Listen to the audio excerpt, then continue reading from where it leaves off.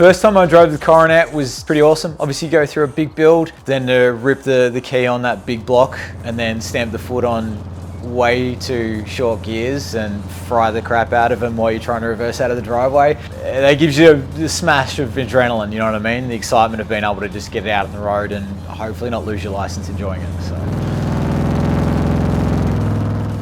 But I've got kind of two distinct memories, I guess core memories if you will. One was I had an old hardcover classic car book full of supercars and sports cars back in the day. And then the other time was when I went back to Mount Gambier where my mum's family comes from, and I hung out with my uncle for a while, and he had a 308 Statesman at the time, white, low, mags a lot, and we were in for a cruise, just went up to the shops for some reason. He had Enter the Sandman blaring, and we just sort of burbled around the streets. I just remember that being like one of those key core memories, if you will.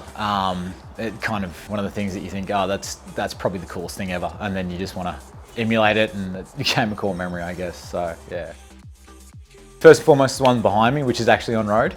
That's my 1968 Dodge Coronet. So most people don't know what a Coronet is. Most people see it and go, oh, cool Charger, mate. It's actually a Coronet.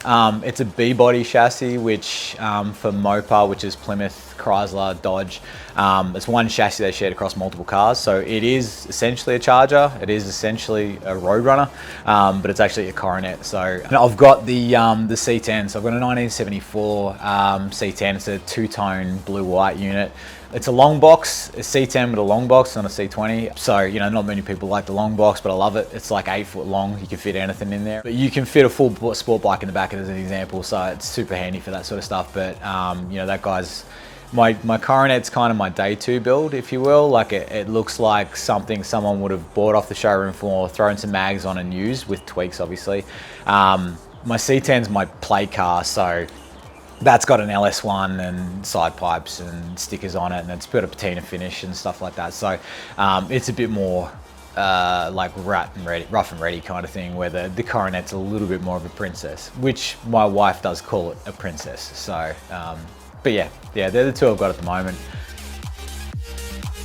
The Coronet I've had for, I think, 14 years. And then the C10 I've had for, I bought it just before COVID hit, built that up over a period of time. That was pretty bit of a quicker build. I mean, like COVID kind of locked you in, you had a bit more time to work on stuff, obviously. You know, as you can tell by the Coronet behind me instead of the C10, the Coronet's now on road and the C10's the one that's getting tweaks. So, you know, it ebbs and flows.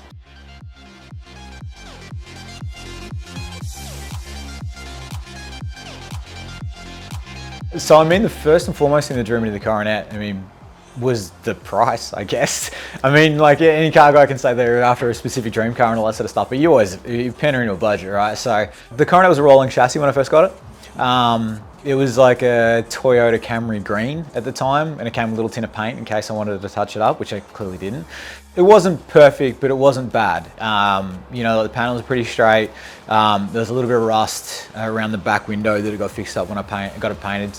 As for the Coronet, it's not a huge amount. My biggest issue at the moment is the 3-speed transmission that's in it. 727 is like bulletproof, but 3 gears is a bit ridiculous, you know, when most autos these days are coming with the 10. So it makes driving hard, you know, like the 456 gears that were in it meant that I was doing 80 Ks on the freeway and it was screaming as you were going along, and that's not a great feeling. Plus it's not a great feeling for the wallet. You know, it's a 440, so it's like shying 8 litres or something like that. So it chews fuel like you wouldn't believe. So I swapped those over for highway gears for 297s, which are great. I can cruise along at 110, no problems at all. But now she's sluggish off the line. So you know, you want a bit of get up and go, right? So next is probably, I would love to get a gear splitter, a gear vendor's overdrive, so that'll turn my 3-speed into essentially a 6-speed. Basically gives you an overdrive, but then splits first and second, and then second and third. So that'd be ideal, and then just change over the gear set to something like a 350. So I'm in a happy middle ground with the gear vendor's split. I'll have, you know, much more top end, but then still get a bit of that bottom end, and so it sort of gets up and goes. And little bits and pieces like that, you know, new gauge set maybe, like a LED set or something. But you know, otherwise it's actually in pretty good shape. The last couple of mods I did have kind of made it much more drivable. Still noisy as hell, but you know, much more drivable. My journey's been all over the shop. It hasn't been like one key direction the whole time.